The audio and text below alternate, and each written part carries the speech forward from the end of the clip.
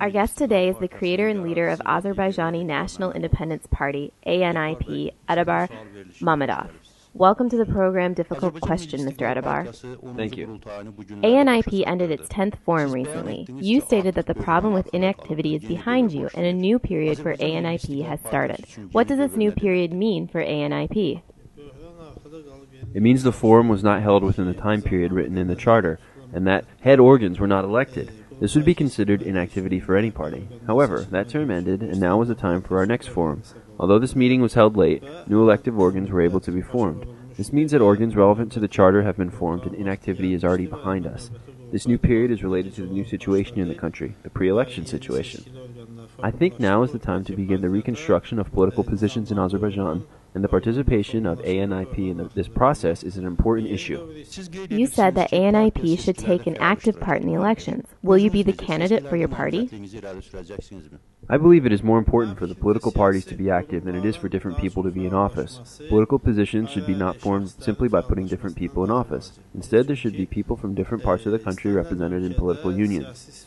Therefore, I am more interested in the participation of political parties in unions, and particularly in how ANIP will participate.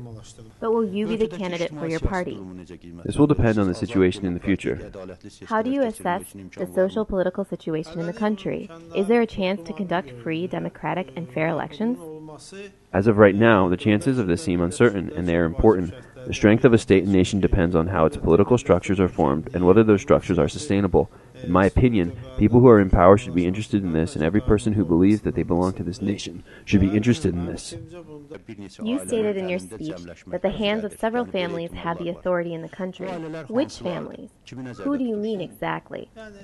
It is no secret to anyone that there are groups in this country that use state structures in order to strengthen their family interests. This is one of the dangers for the state. Every family has the right to be rich. Every family is entitled to try to live well. However, using state resources for the creation of family monopolies is harmful for the state. This is what I told everyone there. How do you assess the fight between the government and the opposition during the elections? What is your prognosis? When will the major fight begin, and among what parties and groups? I think different groups within the government will have serious fights. They did their best to remove the political opposition from the political scene. All the governmental resources have been used to weaken and to remove any political opposition. Therefore, gaps are inevitable. Removing political opposition from the political scene creates internal opposition within the government, and it is inevitable that these oppositions will emerge. I believe they will appear during the elections. How do you assess the operation of the government in the past 5 years? Is the operation of the government close to the people? How to speak about a government when there is no government? There is no government in Azerbaijan. Supposedly, Cabinet of Ministers implements the work of the government in accordance with the Constitution of Azerbaijan, but it is not clear to anyone if this cabinet even exists. It does not show its existence and does not operate, because the head of the government does not exist at all. Therefore, I think it is necessary to make constitutional changes to annul the Cabinet of Ministers in order for the President to implement the functions of the Prime Minister. I have two short questions. The operation of the government was tested during the flooding of the Kur and Araz rivers. How do you assess them? Which ministries were more active? How was the government's response in general? The government did not demonstrate itself in any way. Its operation was not complete there, and we could clearly see that the ministries only tried to operate after the incidents of the dam breaking took place. If a comparison must be made, the only adequate ministry was the Ministry of Emergency Situations, because it actually looked like they had a plan for what to do if an event like this were to happen. In your speech, you said that if the Minister of Foreign Affairs, Etibar Mammadov's idea of holding a survey in Nagorno-Karabakh were to happen, it would be a state crime. Do you still think so? Is holding a survey really a state crime? Generally speaking, what is your opinion of political priorities? As you know, each minister should know the Constitution and the articles of the Constitution. The minister should not pledge or express his opinions on behalf of the government. The survey he promised to conduct is contrary to the Constitution. Every minister should be held responsible for the words they say. How do you assess the West's call for democracy and real action towards democracy? What do you think? Does a contradiction between what's being said and what's being done exist?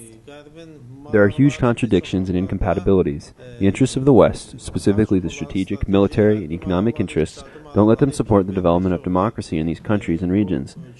In many cases, they hinder this. In my opinion, there is a problem with incompatibility between cultures and civilizations here.